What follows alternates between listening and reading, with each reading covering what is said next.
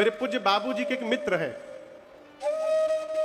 पिताजी तो मेरे नहीं रहे अभी, लेकिन वो अभी हैं। शरीर से बंगाली हैं, नाम है केजी गोस्वामी। आज भी हैं वो, शादी उदी नहीं किए हैं, बाल ब्रह्मचारी हैं। जीवन में आज तक कभी पांव में जूता चप्पल नहीं पहना उन्होंने। कस्टम में अकाउंटेंट ऑफिसर थे, अधिकारी थे, उससे रिटायर्ड हैं। ऑफिस भी जाते थे तो नंगे पांव जाते थे। लेकिन आपको सुनकर आश्चर्य लगेगा, उनके पास एक काली जी की इतनी बड़ी फोटो है, बहुत पुरानी फोटो है काली माँ की। उसी फोटो को वो फ्रॉक पहना के कपड़ा का रखते हैं और चेहरे के पास गोल कटा रहता है। अब मैं बोलूंगा तो आपको विश्वास नहीं होगा, वो काली माँ से साक्षात बात करते हैं, प्रत्यक्ष बात करते हैं। वो मेरे पिताजी को मिले जब पिताजी मेरे गोमुख से गंगा जल लेकर पैदल कांवड़ पर अकेले जगन्नाथपुरी जा रहे थे। उस समय वो गोमुख से रामेश्वरम जा रहे थे। तो रास्ते में एक जगह पिताजी को कांवड़ दिखाई पड़ा वृक्ष के नीचे, और कांवड़ पर बंगाली में लिखा हुआ था। तो पिताजी समझ गए कलकत्ता के हैं। पिताजी बैठ गए। वो जब सो के जगे तो परिचय हुआ। वहां से लोग साथ में चलने लगे। तो वो चलते चलते अचानक पिताजी से बोले कि तिवारी, माँ बोलचे आमी हॉर्लिक्स खाबो। तो वो बोले कि माँ बोली हॉर्लिक्स पीना है। अब पिताजी बोले माँ बोली है, हमको तो सुनाई नहीं दिया माँ बोली है।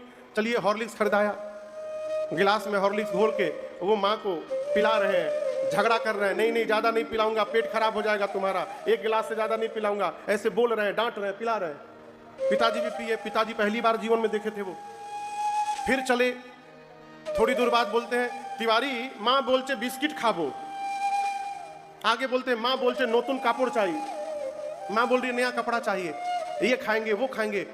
पिताजी को लगा मन में कि इनका मन करता है खाने का, और झूठे माँ बोलचे माँ बोलचे। पिताजी बोले बाबू 2-3 दिन बाद हम लोग रात्रि में एक जगह सोए।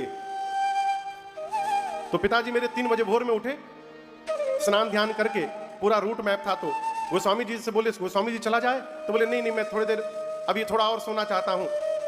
पिताजी बोले ठीक है मैं चलता हूं, इतने किलोमीटर बाद दोपहर में विश्राम किया जाएगा, वहीं भोजन प्रसादी की व्यवस्था करता हूं मैं।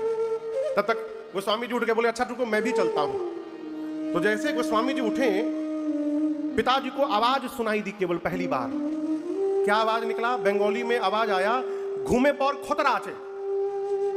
घूमे पर मैंने सो जाओ, अभी खतरा है, मत जाओ आगे। अब पिताजी का तो पूरा शरीर सुन्न हो गया। गोस्वामी जी बोले तिवारी माँ बोल रही है कि आगे खतरा है, तुम भी मत जाओ आज। इतना बोल के वो सो गए। अब पिताजी तो बैठ गए स्तब्ध होके वहीं पर। अब बाबूजी बताए बाबू आधी घंटा नहीं बिता होगा, उसके बाद वो तूफान आया वहां पर और वो बारिश कि हम लोग 4 दिन वहीं फंसे रह गए, आगे नहीं बढ़ पाए।